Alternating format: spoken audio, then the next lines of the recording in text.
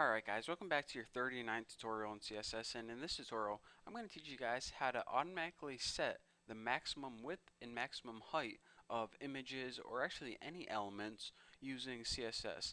Now I said images because that's what most commonly you apply it to. For example, why would you want to set the maximum height of something if you can just automatically size it using XHTML or some photo editing software? Why do you need to explicitly tell CSS that you need a maximum height for an image? Well, for example, say you're doing this. Say you're making a website that you're later wanting to turn into your blog or something, and you're always copying images from other websites and posting it on your website. First of all, I'm pretty sure that's illegal, so don't do it. But other than that, the sizes are always different, and you're always getting pretty much random pictures and putting on your website. So therefore, if you don't want to always have to go into your photo editing program and resize everything, you can just tell CSS, this is the size that I want this image to be.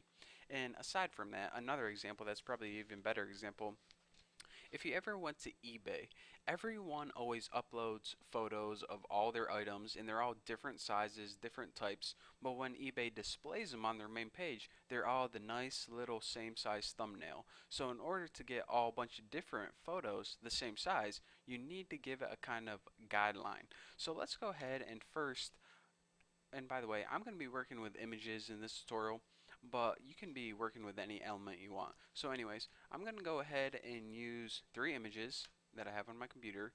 Source equals my face dot ping, and let's just go ahead and copy this and paste it down here twice, and my face dot ping. And aside from that, I have one called Madden1.jpg, and lastly I have cell.jpg. So now let's go ahead and save this and see what beautiful website we got. Whoa, hey mama, I mean my face is a pretty good size for this, but scroll down here. Whoa, mama, I'm gonna have to scroll all over to see this big whopping topping thing. And also, jeez Louise, that is one big seller right there.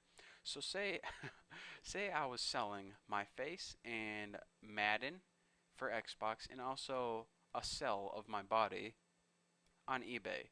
Well, this thing just isn't going to work. So here's what I would need to do. In order to set a maximum size for all images on your web page, here's what you need to do.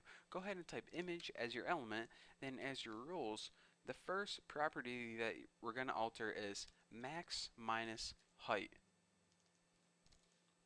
And now for the value, go ahead and put a pixel size. So for example, 200 pixels would be appropriate. And then under this, might as well set a max width while we're here. Max width. And might as well make this one 200 pixels too. Why the heck not? So now, what we're telling our browser is this. Alright, if you have any image that's taller than 200 pixels, shrink it down to 200 pixels. If you have any image that's fatter than 200 pixels, skinny it up to 200 pixels. And we do this so the big images fit nicely on our small web page. So now let's go ahead and save this and see what happens. It took all those images that were bigger and it shrunk them down so they nicely fit, or fit nicely if you prefer that, on our web page. So pretty cool. It kept the same, aspect ratio, and that is what we got. So aside from that, another thing, you can use this too, but it's not as commonly used, is actually min width and min height, and I don't even have to tell you what those do. So but anyways, the only times actually never use those. The only really rule I ever use is max height and max width, and I do this a lot whenever I'm like if I made an auction website for someone, I would take all their images and shrink them down in the thumbnails so all the websites look the same. Or if you made a website like Facebook or something where everyone was uploading huge images the size of billboards, then you might want to shrink it, to fit it on their nice profile picture. So anyways, that is the idea behind max height and max width. It's very easy to understand, and there's your example. And don't forget, you can use this with all elements, not only images, with tables and other stuff too. So anyways, thank you guys for watching. Don't forget to subscribe, and I'll see you guys in the next video.